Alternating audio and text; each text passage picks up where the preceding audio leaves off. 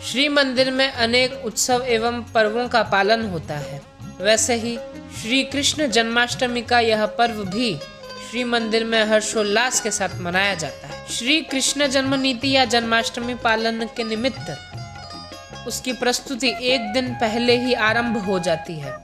भाद्रव मास कृष्ण पक्ष की सप्तमी तिथि यानी जन्माष्टमी के एक दिन पूर्व महाप्रभु श्री जगन्नाथ जी के संध्याधूप पूजा होने के बाद भगवान जी को एक विशेष भोग लगता है जिसे जेऊट भोग कहा जाता है। इस भोग में भगवान जी को खीर, मिठाइयाँ, तरकारी, पिष्टक इत्यादि का भोग लगता है। भोग भगवान जी के सम्मुख आने के बाद मुदिरस सेवक के द्वारा महाप्रभु जी को प्रसाद लागी होता है।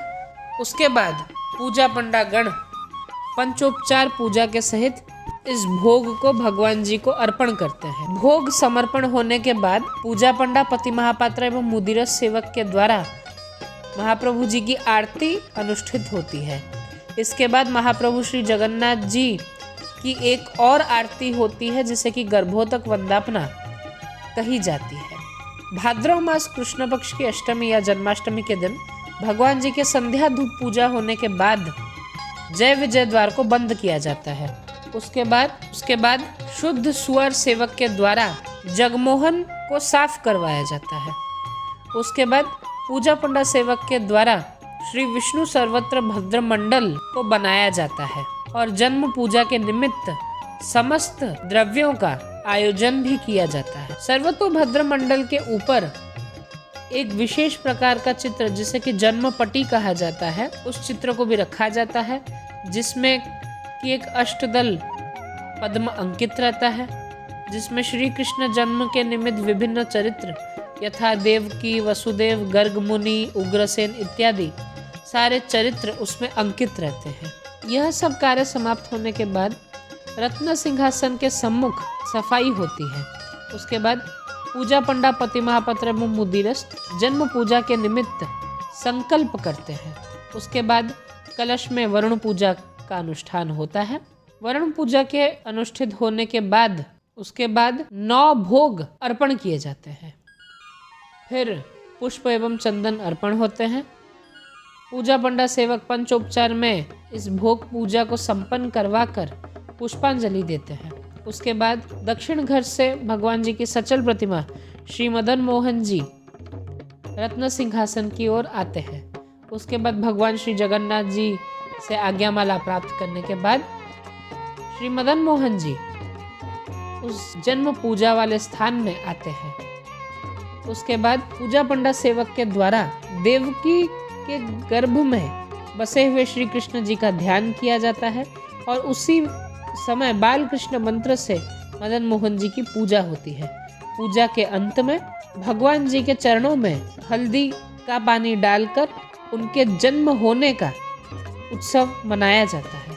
फिर भगवान जी के जल दोष प्रशमन के निमित्त भगवान जी को जीरा, जावित्री, तेज पत्ता इत्यादि मिलाकर विशेष प्रकार का मसाला जिसे कि श्री मंदिर की भाषा में गंडूश मसाला कहा जाता है, उसका भोग अर्पण होता है। उसके बाद मुदिरस सेवक के द्वारा भगवान जी की आरती होती है। फिर पूजा पंडा सेवक के द्वारा गर्भ उदक कर्म एवं शीतल भोग षोडशोपचार पूजा के माध्यम से संपन्न होता है।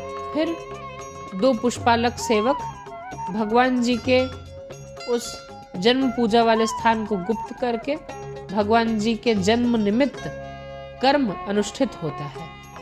उसके बाद मुदिरस सेवक के द्वारा भगवान जी को प्रसाद अर्पण होता है। फिर भगवान जी को दूध, मक्खन एवं अनेक प्रकार का भोग लगता है और फिर आरती होती है। फिर भगवान श्री मदन मोहन जी को एक चांदी के थाली में बिठाकर महाजन सेवक उन्हें मस्तक पर उठाकर जगमोहन से देकर श्री मंदिर में स्थित सरस्वती मंदिर जिधर यमुना नदी की कल्पना होती है उस स्थान में जाकर यमुना पार करते हैं।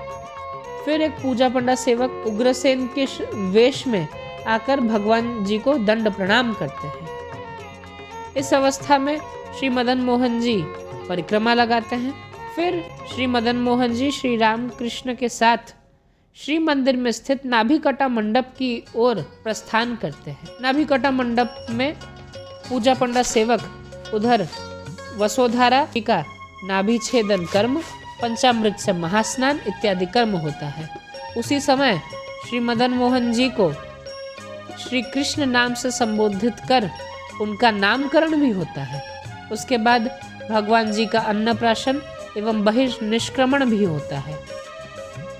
फिर चूड़ाकरण और वस्त्र परिधान के साथ भगवान जी की विशेष पूजा होती है। उसके बाद जगमोहन में एक झूले पर भगवान श्री मदन मोहन एक साथ विराजमान करते हैं।